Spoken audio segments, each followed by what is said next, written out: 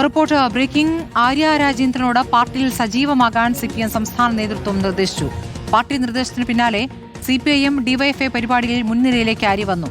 DYFI സംസ്ഥാന ഭാരവാഹിത്വത്തിൽ ആര്യയെ കൊണ്ടുവരാനുള്ള ആലോചന പാർട്ടിക്കുള്ളിലുണ്ട്.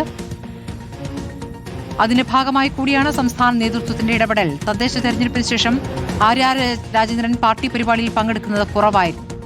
റഹീസ് റഷീദ് വിവരങ്ങളുമായി. റഹീസ്, ആര്യക്കെതിരെ വലിയ പ്രതിഷേധമുണ്ടായിരുന്നു. തെരഞ്ഞെടുപ്പ് ഘട്ടങ്ങളിലും പല നേതാക്കളുടെയും പ്രതികരണങ്ങളടക്കം പുറത്തു വന്നതാണ്. പ്രത്യേകിച്ച് ശിവൻകുട്ടിയുടെ അടക്കമുള്ള പ്രതികരണം പുറത്തു വന്നതാണ്. ഇപ്പോൾ സിപിഎം സംസ്ഥാന നേതൃത്വം ഡിവൈഎഫ്ഐ തലപ്പത്തേക്ക് കൊണ്ടുവരാൻ ആലോചിക്കുകയാണോ ആര്യയെ? എന്താണ് അറിയാനാകുന്നത്?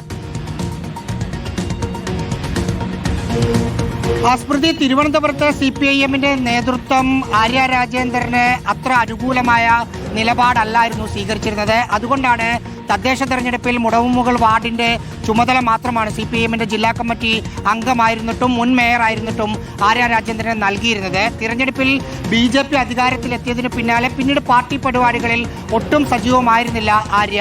അതിനിടെയാണ് സിപിഐഎമ്മിന്റെ സംസ്ഥാന നേതൃത്വം പാർട്ടി പരിപാടികളിൽ സജീവമാകണമെന്ന നിർദ്ദേശം ആര്യ രാജേന്ദ്രന് നൽകിയത്. അതോടുകൂടി കഴിഞ്ഞ കുറച്ച് ദിവസങ്ങളിലായി സിപിഐഎമ്മും ഡിവൈഎഫ്ഐയും ഒക്കെ തിരുവനന്തപുരത്ത് നടക്കുന്ന പരിപാടിയിൽ മുൻനിരയിൽ തന്നെ ആര്യ രാജേന്ദ്രനുണ്ട്.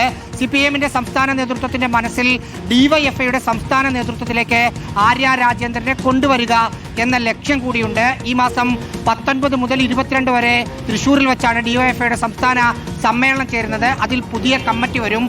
സംസ്ഥാന പ്രസിഡന്റ്, ജനറൽ സെക്രട്ടറി, ട്രഷറർ പദവികളിൽ ഒരു വനിത വരും എന്ന് ഉറപ്പാണ്.